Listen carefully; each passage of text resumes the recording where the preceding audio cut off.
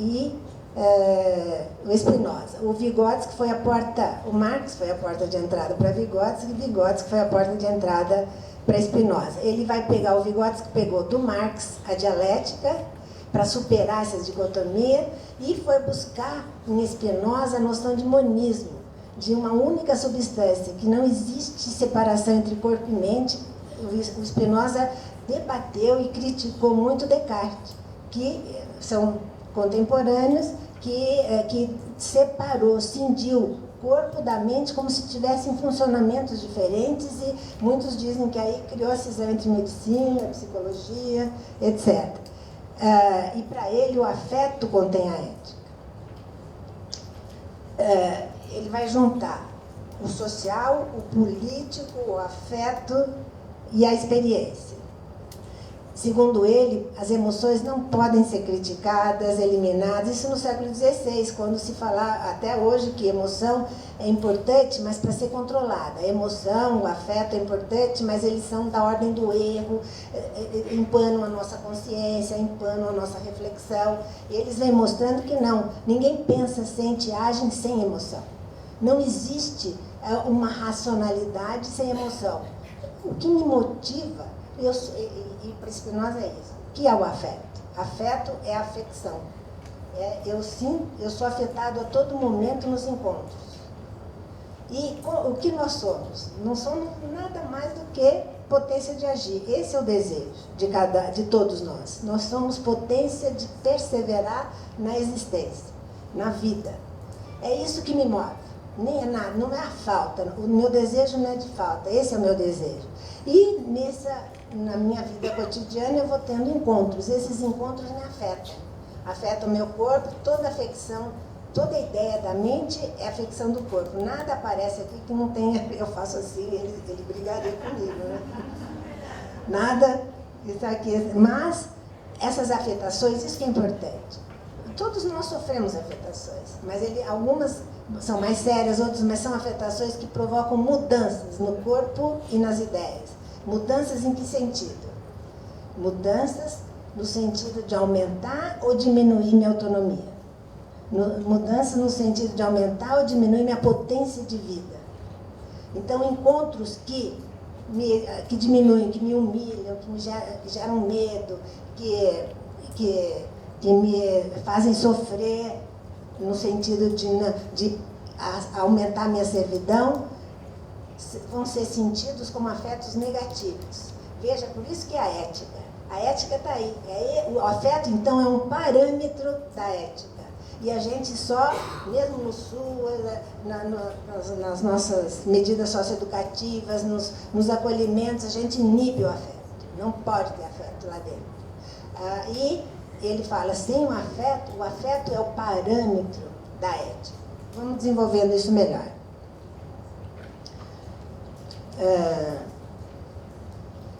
E é estranho também, que eu acho muito estranho, eu fui procurar, tem muita coisa relacionada à subjetividade, apesar de não ser trabalhada como a gente está dizendo aqui, mas não se fala em sofrimento, nenhum dos documentos.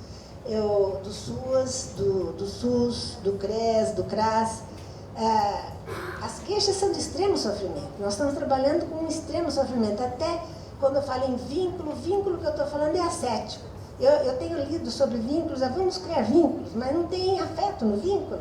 Eu não posso nem dar a mão para a criança, eu não posso demonstrar nenhum afeto. Como que eu posso criar um vínculo? Que vínculo é esse? Eu acho que a gente tem que pensar muito nisso. Quando eu estou pensando nessa subjetividade, que é uma síntese dialética da objetividade, mas também é uma síntese dialética de todos os processos psíquicos. A subjetividade, ela é memória, ela é ideia, ela é afeto fundamentalmente, ela é imaginação, ela é criação. Então, nós não escutamos o extremo sofrimento, a gente já vai visando reprimir, impedir a narrativa dos afetos. O Benelli, isso foi no evento do CRP, quando nós fomos debater na mesma mesa, como eu ia falar de sofrimento ético político, ele fez um levantamento que mostra que não, no CRAS não aparece nenhuma referência a sofrimento. No CREAS aparece uma vez, mas no plural, os sofrimentos, né? Como se isso não fosse importante no acolhimento, na escuta, no vínculo. Mas, eu acho interessante isso nos acolhimentos. É claro, eu sei que isso é muito difícil. O jovem, ele não pode ter sexualidade. Quando é o momento da produção dos hormônios, que estimula a sexualidade. E a gente, então, nós precisamos agora começar, se a gente quer superar essa dicotomia, nós temos que superar essa dicotomia mente, corpo, razão, emoção, em todos os momentos, em todas as nuances.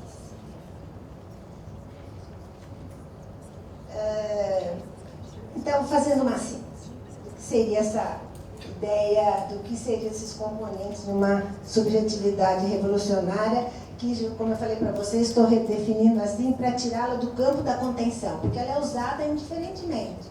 Mas é uma subjetividade que não está no campo da contenção, que escapa. Ela está no campo da contenção, mas ela escapa. Mostrar que ela escapa e da adaptação.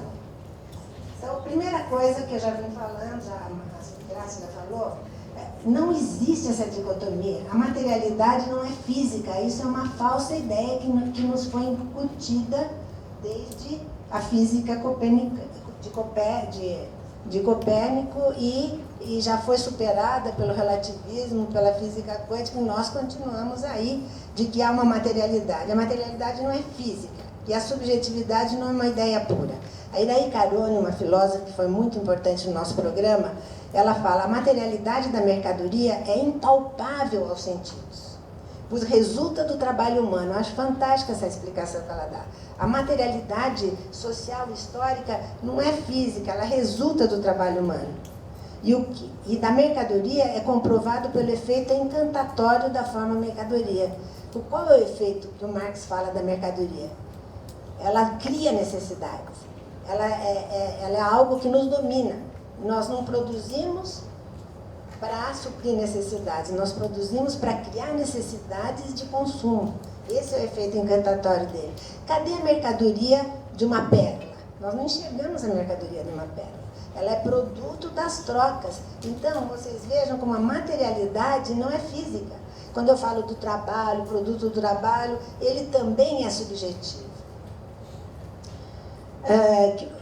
Tem autores que falam que o que distingue Marx de Rousseau e Tolstói na concepção de que o trabalho leva inexoravelmente à mutilação da natureza. Então, dentro dessa ideia de subjetividade revolucionária, o Marx ele nunca deu essa ideia de que a nossa, apesar da alienação, da ideologia, de que essa subjetividade vai ficar inexoravelmente destruída. Quem deu essa ideia foram os eugenistas, o higienismo, que colocavam que filhos de pobres serão inexoravelmente, como fala, não é patológicos, serão perturbados, e então eles têm que ser retirados dos pais porque eles vão se contaminar a sociedade. Não, a mutilação, o trabalho leva não inexoravelmente, como falava Rousseau, a mutilação da natureza. Pelo contrário, ele contém dentro de si infindáveis possibilidades para o desenvolvimento da subjetividade. Ele adere à subjetividade, mas não mutila a natureza. O que eu estou dizendo?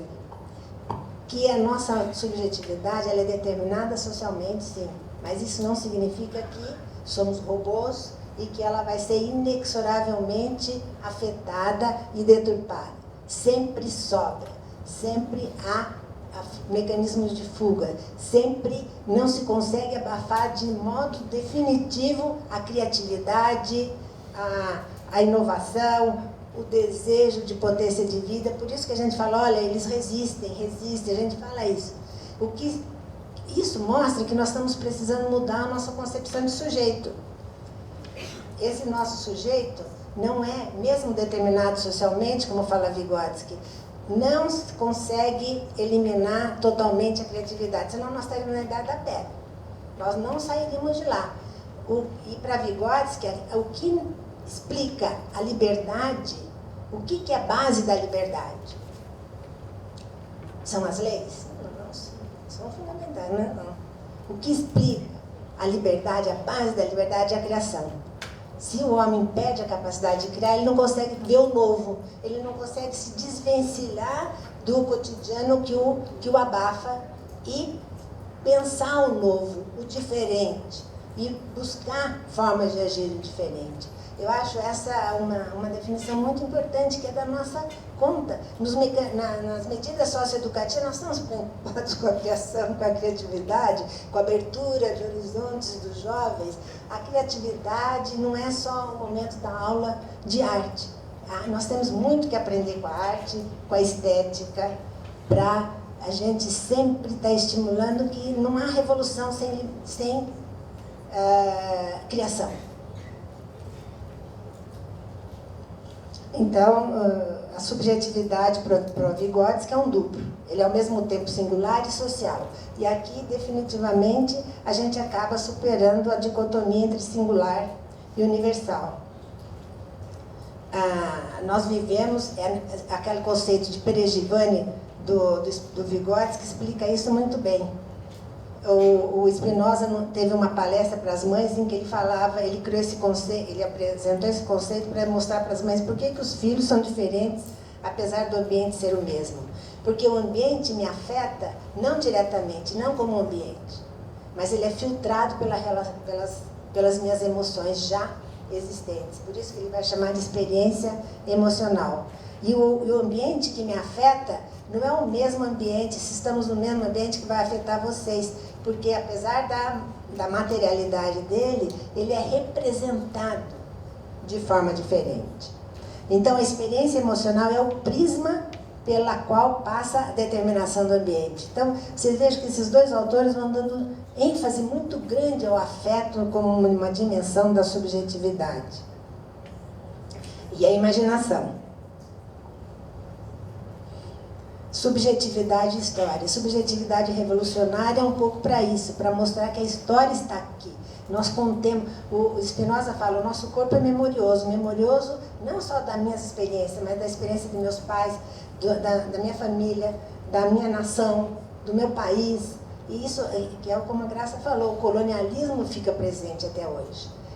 Mas essa subjetividade, ela mantém, mas ao mesmo tempo ela pode escapar. E nós temos que estimular esse escape dos valores colonialistas que levam a uma hierarquização das pessoas, que levam a um conformismo com a meritocracia, etc.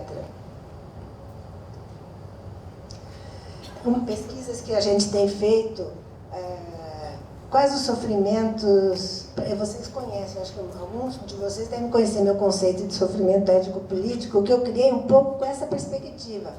Pensar em como que o psicólogo pode trabalhar de forma interdisciplinar com assistente social no SUAS, trabalhando sem dicotomizar o singular, o afeto, a razão, o singular e o coletivo. Sofrimento ético-político, que é um sofrimento.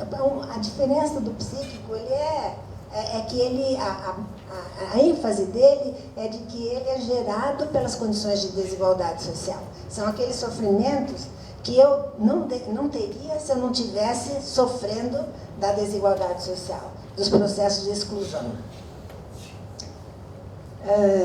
Então, e fomos nessa pesquisa nossa, quais os sofrimentos mais cruéis.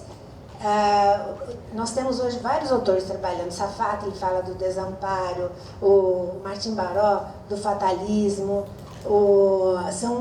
Eles estão tentando mostrar quais são esse sofrimento ético-político que, ao mesmo tempo, tem sua raiz na desigualdade e impede o homem de agir contra essa desigualdade.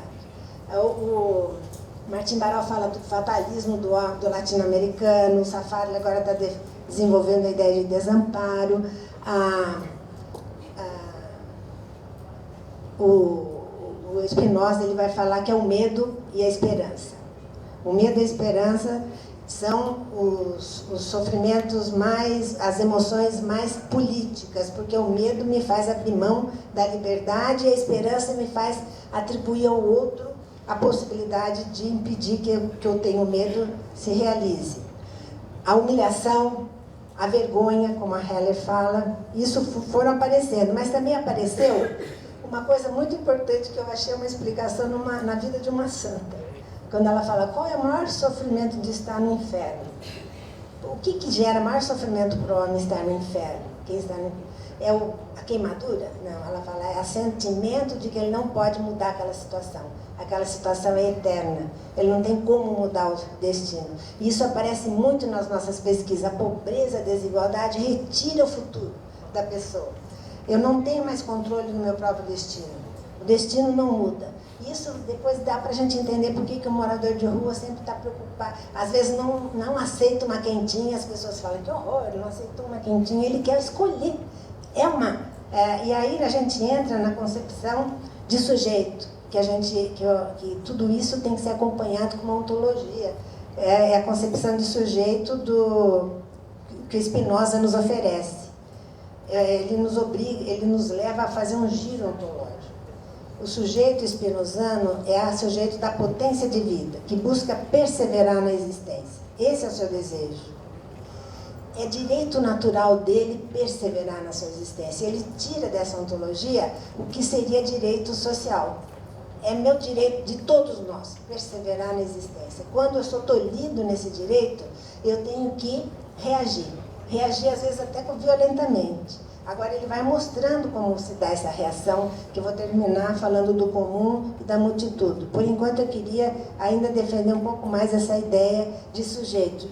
Sujeito que busca expansão. Perseverar na existência não é só se manter vivo, como a luta pela sobrevivência. Não, perseverar na existência como homem.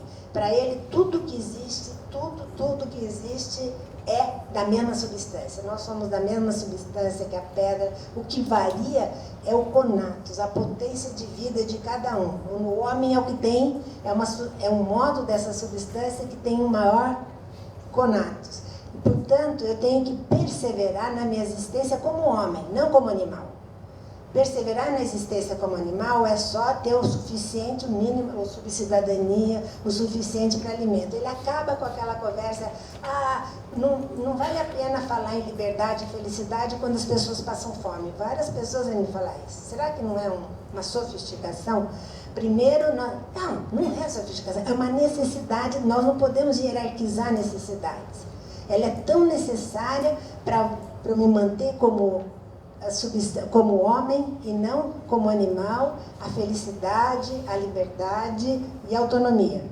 Por isso, aí que está a ideia de ética dele. E os encontros que a sociedade me promove, eles vão aumentar ou diminuir essa possibilidade.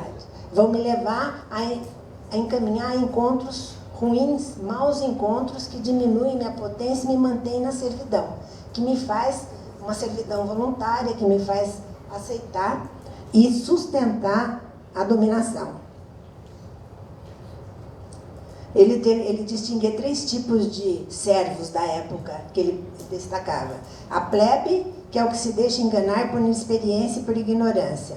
O vulgo, aquele que deseja ser enganado por orgulho e ganância. O soberbo é o servo de sua paixão, que o faz servo dos aduladores. Ele fala assim, não é livre quem fica feliz com a recompensa. Quem fica feliz com recompensa é sempre o servo, quem está no regime de servidão. Então, é constitutivo do homem o desejo de ser feliz. Nas nossas escutas, nós temos que ouvir a vitimização, o sofrimento, mas nós temos também que ouvir esse apelo à felicidade. Muitas vezes, algumas alunas vêm, mas a mulher, ela quer tanto, ela tem vaidade, ela usa o dinheiro para comprar isso, aquilo, isso é ideológico.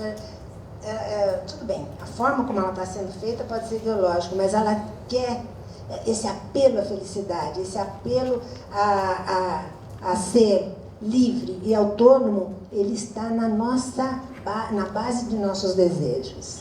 E por último, a subjetividade tem que ser analisada como drama. Nós temos uma tendência a analisar subjetividade como uma coerência. Mesmo a gente tendo discutido que é dialética, quando a gente vai trabalhar terapia, vem a mãe, a família, ela tem que ser harmonizada, coerente, não pode ter contradições. E o Vygotsky vai falar, se a nossa subjetividade ela é determinada socialmente, e a sociedade é um drama, é um conjunto de conflitos e contradições, a subjetividade tem que ser analisada como drama e não como sistema harmonioso.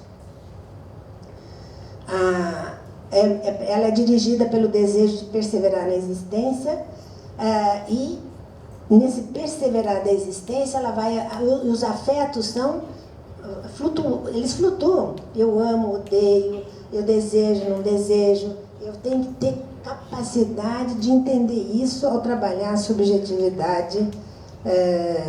Por exemplo, uma pesquisa publicada na revista FAPESP, sobre o índio e a diáspora negra, pós-abolição, mostra que muitos comportamentos que nós criticamos como alienantes são modos de libertação e sobrevivência. Por exemplo, da diáspora negra, as negras respondendo aos senhores, vésperas da abolição, elas começavam a provocar pequenos prejuízos nas casas, e era uma estratégia para elas desvalorizarem o próprio preço e serem vendidas ou serem dadas para libertação. Então você vai vendo que são formas de resistência que mostram essa perseverar na existência. Então, subjetividade como drama, ela pressupõe também outra contradição que a gente não pode manter entre potência e poder. Quando a gente trabalha com subjetividade, a Graça já falou isso, nós não estamos desvinculando, fazendo um trabalho no abstrato. Eu estou trabalhando com a potência. Mesmo nos SUAS, eu vou trabalhar, um objetivo da minha ação é potencializar o conatos, a potência de vida das pessoas, trabalhando os afetos, trabalhando as relações, mas ele fala, o Spinoza fala, que é isso que a sócia histórica também alerta, não há potência sem poder. Não adianta nós termos potência, e isso pode até nos gerar problemas de ordem de confusão do que fazer. Eu tenho potência, mas não tenho poder nenhum. É preciso aliar nas nossas ações as duas coisas. Potência, aumentar a potência e aumentar o poder. O que significa aumentar o poder? Quando uma sociedade está assim, não é? Estruturalmente desigual, nós estamos tendo retrocessos, etc. A receita que ele dá é juntar o conatos. Então, a potência nunca é uma potência voltada a um indivíduo sozinho. É esse indivíduo saber que a potência dele depende da relação com os outros. Ela não se dá no isolamento. O singular não é livre-arbítrio. Não é uma liberdade individual fundamentada no direito. Liberdade individual, com esses autores, ela isola o indivíduo. A defesa neoliberal da liberdade individual isola os indivíduos, faz com que encontro no outro a limitação da minha liberdade. É uma liberdade do comum. Daí o Spinoza ter proposto a ideia de multidão, que veio ser desenvolvida pelo Negri e pelo Hardy. A ideia de multitude, um conjunto de singularidades constitutivas que agem como causa única para exercer um efeito de transformação do poder dos governantes. O Loas tem uma proposta, o PIA, que é uma proposta de trabalhar a individualidade, né? Mas eu acho que isso não é o suficiente, isso não é o singular. É trabalhar a individualidade, tudo bem, mas corre o risco, como eu já vi algumas pesquisas, de criar novas formas de fixação de padrões normativos do adolescente. E um dos grandes males da nossa sociedade é o individualismo e o fundamentalismo, né? O PIA pode gerar mais individualismo. Nós temos que aglutinar, agregar, mesmo nos nossos trabalhos individuais. O singular, nós temos que trabalhar o singular como capacidade de ação coletiva. Segundo Marx, a emancipação humana é conquistada quando o ponto de vista de um indivíduo singular é o ponto de vista do comum. Para Spinoza, para Marx, quando o singular não está no reino da servidão desvirtuado, ele não há antagonismo. O que eu desejo não é antagônico ao desejo do coletivo. A minha felicidade não é antagônica do coletivo. É diferente de falar, eu só sou feliz quando todos forem. Não, porque nós não temos mais